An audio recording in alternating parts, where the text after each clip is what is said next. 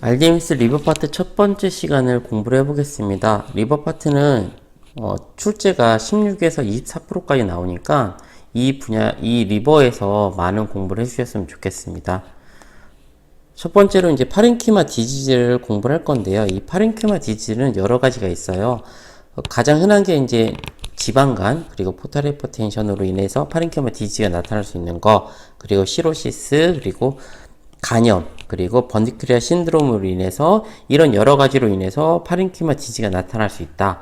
첫 번째 이제 그 지방간인데요. 지방간의 원인은 여러 가지 있지만 시험에서 나오는 그 요구하는 것은 가장 일반적인 것은 알코올 리버 디지즈라는 겁니다. 그래서 알코올이 가장 중요하다는 원인 중에 하나다라는 거, 지방간의 원인 중에 하나다. 그리고 랩을 봤을 때 AST, ALT, 빌리루빈이 상승하고 지방이 포칼 또는 디퓨저하게 침착할 수 있다라는 거 세 가지는 꼭 기억을 하셨으면 좋겠고요. 그리고 포탈 하이퍼텐션은 포탈 하이퍼텐션의 원인은 시로시스고 그 두 번째 원인은 크로닉 헤파티아이티스예요. 근데 여기서는 시험용이니까 시로시스가 포탈 하이퍼텐션의 주요 원인이라는 걸 꼭 기억을 해주시고요. 이 번디크리아 신드롬은 많이 나오는 건 아니지만 흔하진 않지만 이것도 같이 알고 계셨으면 좋겠고 포탈 하이퍼텐션의 그 증상으로 나타날 수 있는 것은 그 헤파토 풍글플로우나 그리고 스포닌 메갈리가 있다라는 거 꼭 기억을 해주셨으면 좋겠습니다. 그리고 시로시스인데요. 이 시로시스는 그 간경화잖아요. 간경화에서는 일반적으로 원인이 알코올 그리고 헤파티아티스 B형이나 C형 간염인데 우리나라에서는 B형이나 C형 간염이지만 미국에서는 알코올이 대부분 시로시스의 원인이라는 거고 시로시스에서 나타날 수 있는 여러 가지가 있어요. 그런데 콜스 에코 패턴으로 보이고 헤파토메갈리 그리고 이제 재생결절 그리고 이제 포탈 하이퍼텐션이 시로시스에 나올 수 있다. 이 특징도 꼭 알고 계셨으면 좋겠습니다. 그리고 이제 간염인데요. 간염은 염증이 발생을 해서 수포성 변화라고 해서 약간 우리가 초음파에 봤을 때 상당히 어둡게 나타나요. 하지만 그 문맥 같은 거는 상대적으로 밝게 나타나서 이렇게 밤하늘에 별이 반짝반짝 거리는 것처럼 볼 수 있다. 그리고 지비월이 시크닝 되고 그리고 피버가 나타날 수 있고 쫀디스도 나타날 수 있다라는 거. 그리고 번디크리아 신드롬인데요. 이 번디크리아 신드롬은 어떤 거냐면 그 컨제니탈이에요. 컨제니탈. 선천적으로 나타나는 건데 헤파틱 베인이나 IVC가 소롬바이 또는 튜머로 인해서 이게 막혀지는 거예요. 그러면서 아사이티스나 헤파토메갈리가 나타날 수 있는데 만약에 이게 리버라면은 이쪽에 헤파틱 베인이 있고 IVC가 있잖아요. 뭐 IVC 안쪽이나 헤파틱 베인 쪽에 이렇게 소롬바이나 튜머가 있어서 얘가 막는 거예요. 혈관을 막는 거를 번디크리아 신드롬이라고 한다라는 거예요. 이것도 같이 알고 계셨으면 좋겠습니다. 그래서 파렌키마 디지즈까지는 이렇게 공부를 했습니다.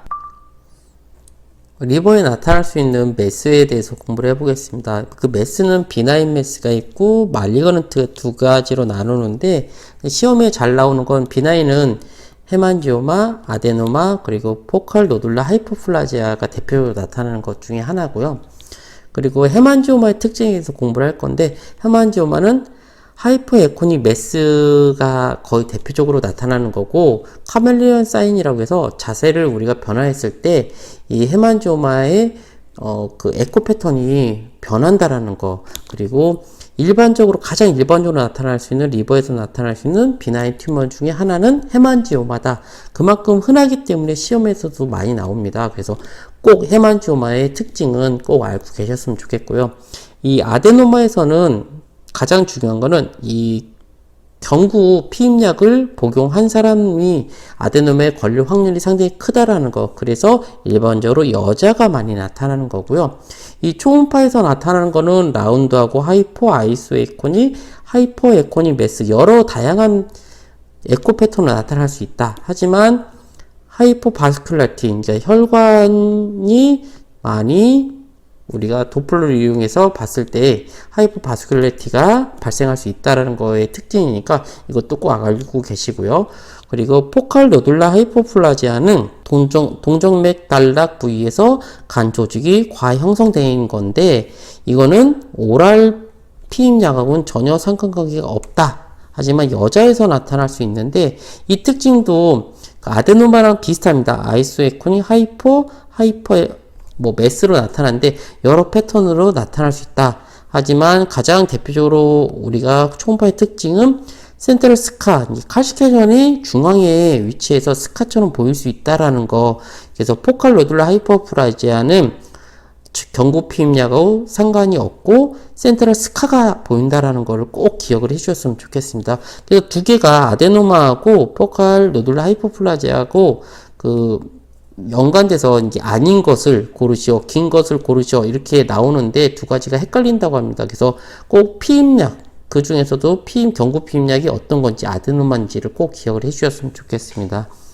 그리고 이제 말리그넌트인데요. 말리그넌트는 대표적으로 나타날 수 있는 게 이 세 가지입니다. HCC와 그리고 메타에서 나타날 수 있는 거. 헤파토블레스토마는 아이들한테 나타났다고 합니다. 아이들한테 나타날 수 있는 거 약간 드물지요.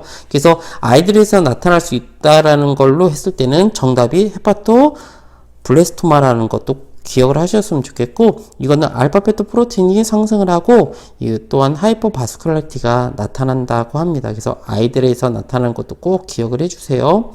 자, HCC와 이제 메타인데요. HCC는 어디에서 많은 사람들이 나타나냐면 시로시스에서 HCC가 나타날 확률이 상당히 높다고 합니다. 그 중에서도 이제 알코올, 그리고 이제 B형 간염이나 C형 간염에서 나타나는데, 시험용으로 봤을 때는 알코올이 대부분 시로시스의 원인이니까 이 알코올이 HCC에 일어날 수 있는 확률이 높다라는 것까지 알고 계시고요. 알파 페토 프로틴도 올라가고 다양한 에코 패턴으로 나타나는데 이 할로 사인이 보인다라는 것도 꼭 중요하니까 꼭 기억을 해주시고요. 이 바스큘라리티가 많이 보인다라는 것까지, 그리고 어디로 전이를 할 수 있다라는 것까지 기억을 해주셨으면 좋겠습니다. 그 외에 이제 메타인데요.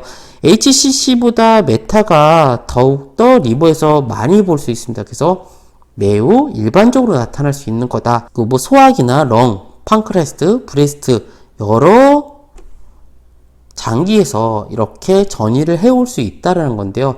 이 메타에서 중요한 거는 불수아이 사인이라고 해서 이 메스가 있다면 이렇게 불수아이 사인이 나타날 게 거의 대부분 나타날 수 있다.